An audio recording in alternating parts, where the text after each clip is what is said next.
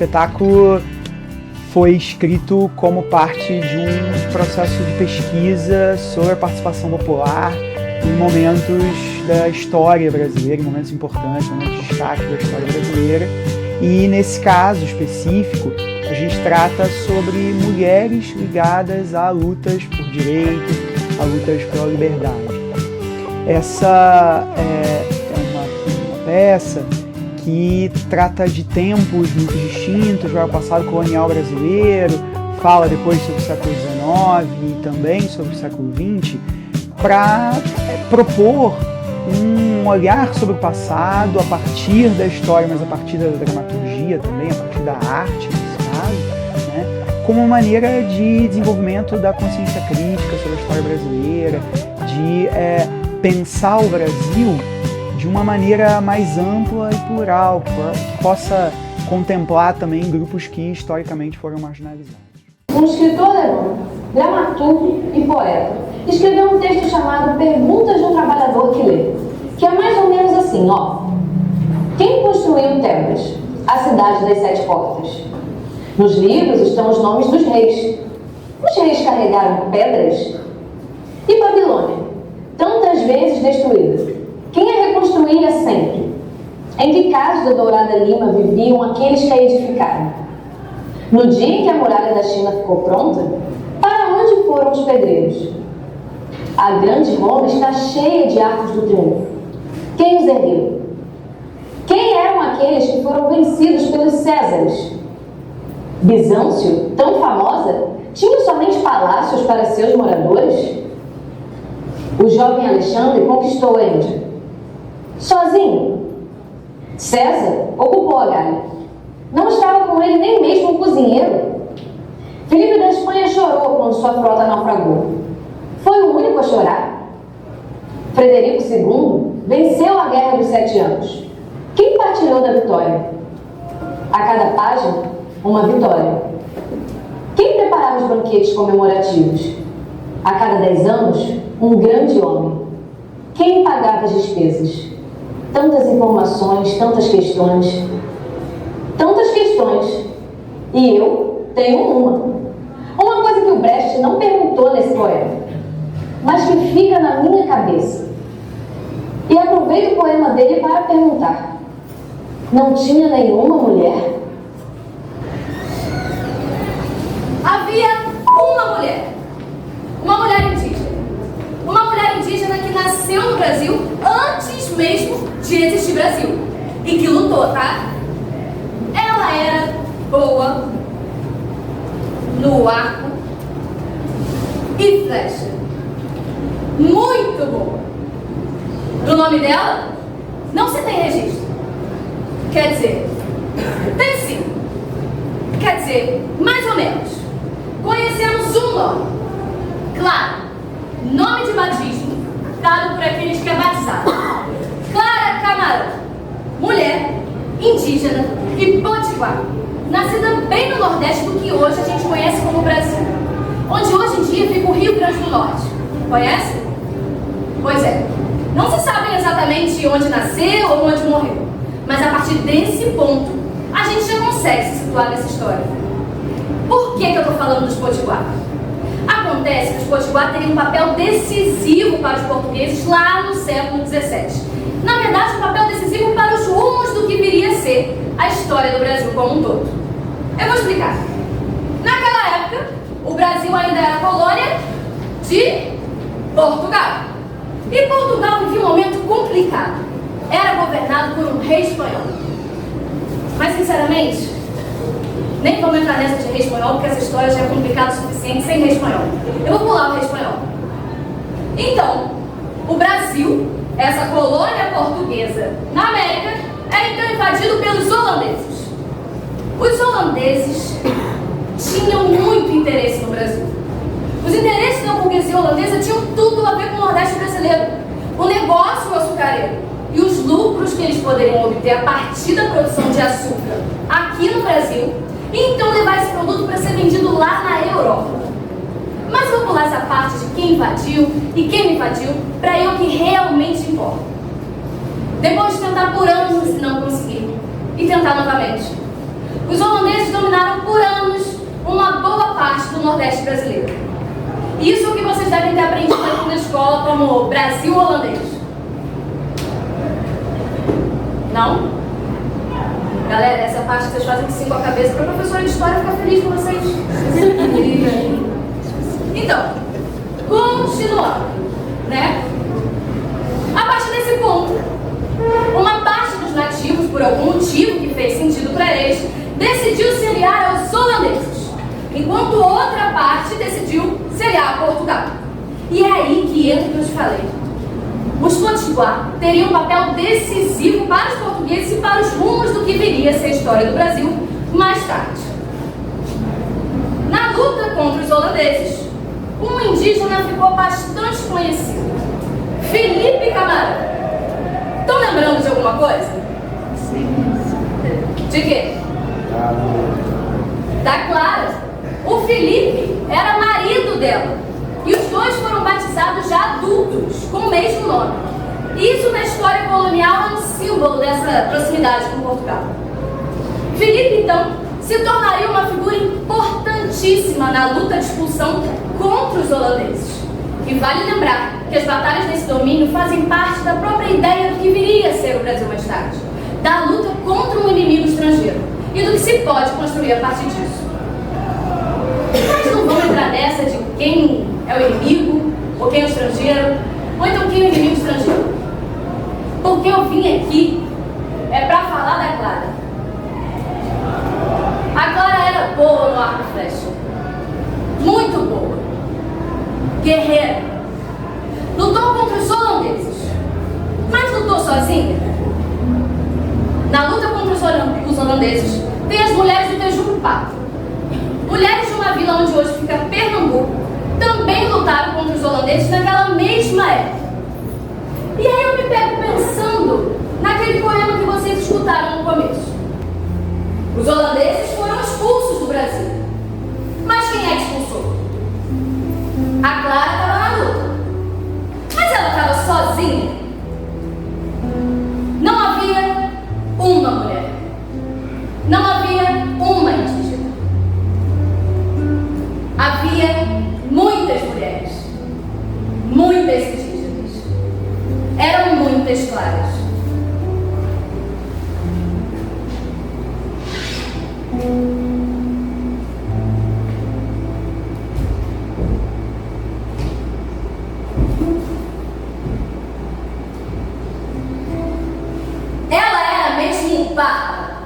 Bárbara de Alencar. Nasceu em Exu, sertão de Pernambuco. Viveu no Crato, interior do Ceará. Morreu no Piauí. Mulher, mãe e revolucionária. E apesar de tudo isso, uma ilustre desconhecida no Brasil.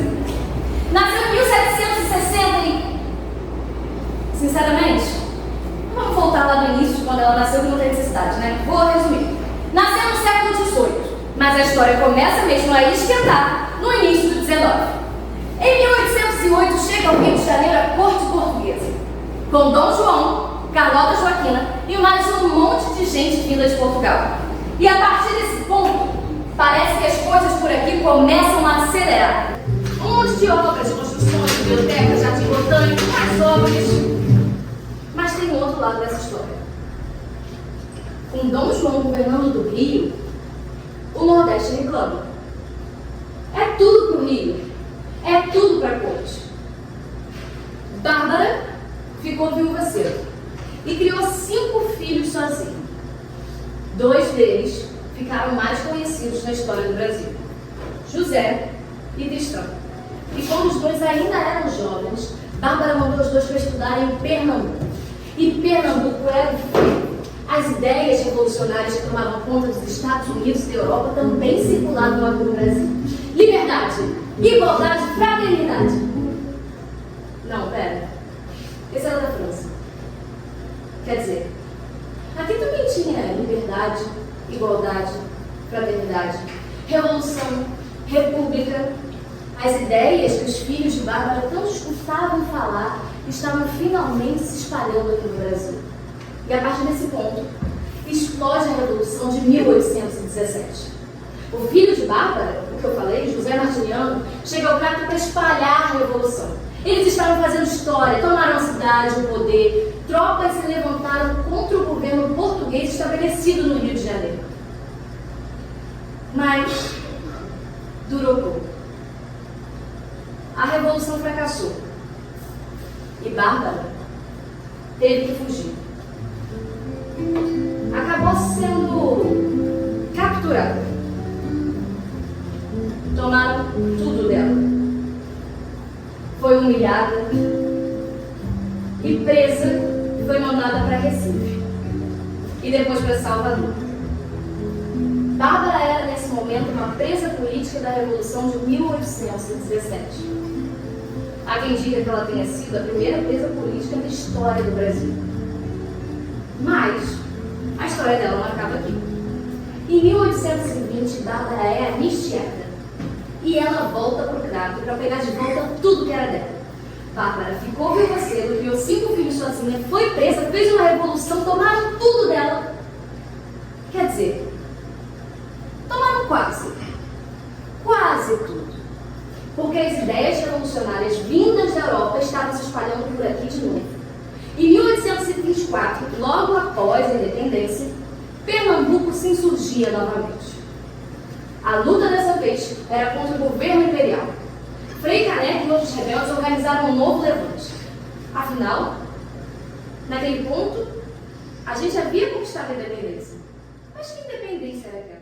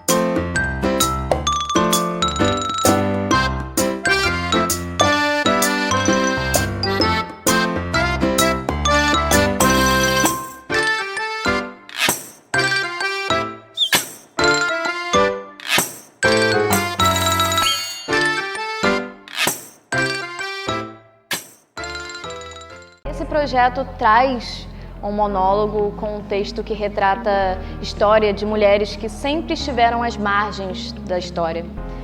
Mulheres que lutaram, que acreditaram, que insistiram e que fizeram de fato história. Então esse monólogo é uma celebração a essas histórias e é uma alegria poder participar e contar, passar adiante mais sobre a vida dessas mulheres, sobre suas realizações, sobre suas lutas. Eu achei o espetáculo muito legal. A parte que eu mais gostei foi a que ela interpretou o soldado, né? E, a oficina é muito especial e muito importante. A parte que eu mais gostei do espetáculo foi quando ela estava falando da mulher que foi pra guerra. Eu achei muito legal e a oficina que teve aqui também foi muito boa. Eu achei o espetáculo muito bom, a oficina de teatro desenvolve muito conhecimento da gente. A gente perde a vergonha, a gente perde a timidez e proporciona várias coisas pra gente. Eu achei a peça uma coisa muito legal, porque eu acho que foi uma forma bem didática da gente aprender sobre a história e sobre as mulheres que participaram dela. A importância que a arte tem dentro do mundo acadêmico, escolar, é imensa, né? Então eu acho assim, para eles, no caso, que foi o curso normal, é de uma importância enorme. Primeiro que eles estão saindo dessa mesmice da sala de aula, vendo um outro mundo, né? Uma outra perspectiva. E a gente agora eu vou explorar isso como professora, né? E agradecer a vocês por essa enorme surpresa que nós tivemos aqui na escola, que foi maravilhoso. Tenho certeza que todos adoraram, tá? Só agradecer mesmo. A importância é imensa. A arte dentro do mundo de cada uma, as pessoas não têm importância com a importância que a arte tem no mundo, né? Tanto para a pessoa que está estudando, como a pessoa comum do dia a dia.